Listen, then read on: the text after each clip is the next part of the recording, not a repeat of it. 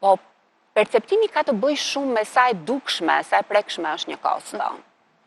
Në rast se flasim për në rastin e individit, ai shikon, nuk e di, për shembull koston e një transakcioni të tërheqjes të parave në ATM, i del në nxjerrjen e llogarisë në fund të muajit, dhe kjo është një kosto që ai e shikon me sy dhe është reale.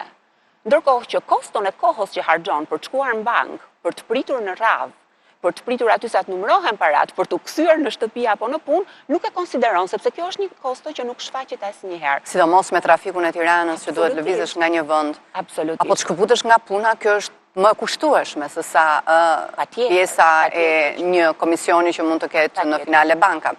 Pra, kostot e padukshme, thoni ju, janë ato që e bëjnë të duket sikur keshi është i lirë. Dhe jo vetëm për individët, po e njëjta gjë vlen për bizneset.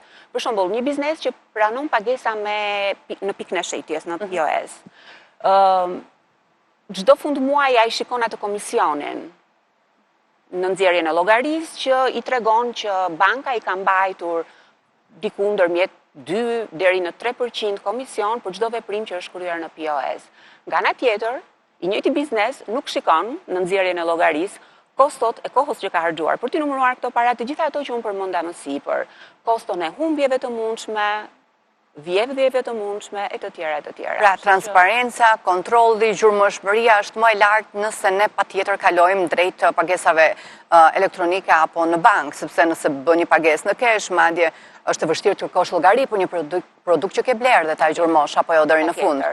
Mund të përmendja edhe një element tjetër, sidomos në rastin e individëve, si unë e ti, që në rastet të humbë portofoli, të cilin e ke plot me kesh, ato para i ke humbur për gjithmonë. Nuk i gjen më. Ndërkohë që nëse të humb një kartë bankare, në moment të raporton në bankë dhe individi nuk është më përgjegjës për çfarëdo që ndodh më pas. Pra humbja është e kufizuar në minimum. Pra, sidomos në Shqipëri ndodh rëndom që nga pakujdesia, nxitimi sigurisht mund të humbas dhe pavarësisht denoncimeve në polici është e vështirë edhe të gjendet. Kështu që kjo është një siguri më e madhe me një telefonat në momentin që i ke të gjitha në sistemet bankare. Ndërkohë, flasim pak për pjesën e kostove që sërish ky është meraku më i madh. Dhe metodat alternative të pagesave, si variojnë ato dhe sipas jush edhe një herë si ekspert bankave që analizoni mirë riskjet, është më mirë të paguajmë kesh apo me metodat alternative? Patjetër që është më mirë të paguash nëpërmjet metodave alternative të pagesave. Është më e thjesht, me më pak kosto, me më pak humbje, të paguash me karta bankare apo me platforma digjitale, pagesa digjitale, sesa të paguash me kesh. Sidomos për ata që udhtojnë jashtë, kjo duhet jetë një kulturë dhe është një masë e domosdoshme dhe jo më çështje zgjedhje apo jo? Patjetër, nuk është pikërisht është kjo që sapo thej që nuk është dhe një çështje zgjedhje. Për të gjithë ata që udhtojnë jashtë janë ndeshur her pas here me faktin që nuk kanë mundur të paguajnë, sepse në shumë vendet e Evropës sot është e pamundur të paguash me kesh. Duhet patjetër të kesh një kartë bankare apo pagesa elektronike në mënyrë që ti të marrësh shërbimin apo mallin që kërkon. Përndryshe, le të filloj kultura e pagesave elektronike që këtu në Shqipëri, për që në pastaj të përgatitur për gjithë ju që u lidhin aktivitetet jashtë dhe udhtoni jashtë. Ndërkohë, alternativat janë shumë. Edhe në Shqipëri kemi disa alternative. Folëm shumë për kartat bankare, që të gjitha bankat i lëshojnë, të disa llojeve, karta debiti, karta krediti, karta me pagesa me këste, pra ka disa lloj produkte kartash në treg, ku secili nga individët mund ta gjejë veten. Nga ana tjetër janë pagesat nëpërmjet platformave digjitale. Platforma digjitale, të gjitha bankat sot në Shqipëri ofrojnë këto, pagesat mund të kryhen lehtësisht nga individi tek një individ tjetër apo drejt bizneseve, pa kosto, në shumicën e rasteve, dhe mund të përmend këtu për shembull që kostot janë ulur, do të përmend faktin që nga tetori i këtij viti të gjitha bankat janë aderojnë në SEPA. Banka e Shqipërisë e bëri mandatore aderimin në SEPA. Që ka ulur ndjeshëm. Ka ulur jashtë se ndjeshëm kostot e komisioneve. Çka pritet tjetër të ndodh shumë shpesh është edhe futja e pagesave të menjëhershme. Ato që quhen në termin anglisht instant payments, që mund t'ja shpjegojmë pak më thjesht edhe publikut. Dhe janë pagesa që tashmë ti nëpërmjet një platforme, jo vetëm brenda bankës ku ti funksionon, mund t'i kryesh pagesat në çast, por edhe ndërmjet bankave në treg, këto pagesa mund të kryhen në kohë pothuajse reale.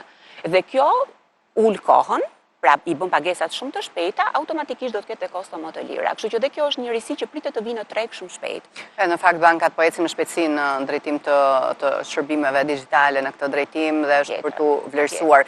Dhe ne theksuam që rëndësia e përdorimit të bankës apo të pajisjeve elektronike është mjaft e rëndësishme për ata që udhtojnë jashtë, për ata cilët e kanë aktivitetin të lidhur me jashtë, për ta futur dhe si kulturë dhe si facilitet, apo jo. Sepse ka shtete që nuk e lejojnë përdorimin e keshit në pagesat të ndryshme, apo dyqane në vende të ndryshme. Mirë, flasim pak për pjesën historiko-financiare. Ata individ të cilët nuk kanë një historik financiar në banka, sa të vështirë kanë për të marrë një kredi? Në mënyrë që edhe banka të plotësoj gjithë indikatorët dhe të marrë parasysh kërkesën apo të lëvroj një kredi. Në këtë aspekt sa rëndësishme është? Në fakt, është shumë e vështirë të marrësh një kredi në qoftë se nuk ke një historik me bankat. Procesi është i tillë që çdo bank bën analizën e riskut të klientit që kërkon një kredi, qoftë ky individ apo qoftë biznes. Dhe analiza bëhet bazuar në të dhëna të cilat bazohen në historikun e këtij klienti. Dhe në qoftë se ky historik nuk ekziston, atëherë modelet, algoritmet që bankat përdoren nuk e njohin klientin, pra për ta thënë thjesht, jo histori është e barazvlefshme me historik të keq. Automatikisht banka të konsideron si një klient që nuk je skeptik, le të themi. Nuk e pik. Sistemet e pikëzimit të bankës të nxjerrin me një pikëzim shumë të dobët, i cili nuk të kualifikon për marrjen e një kredie. Ose në disa raste, ajo që ndodh nëpër banka është që bankat vendosin çmimin e kredis, pra normën e interesit, bazuar në profilin e riskut.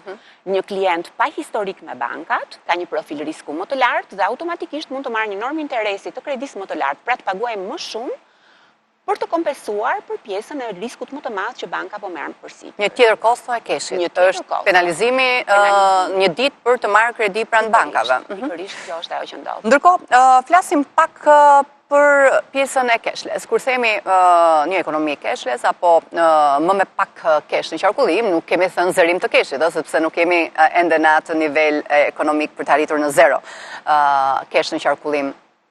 Për t'ia sqaruar edhe një herë qytetarëve që ajo që po bëhet përpjekje për të reduktuar keshin në ekonomi nuk është zërim i keshit, edhe një herë.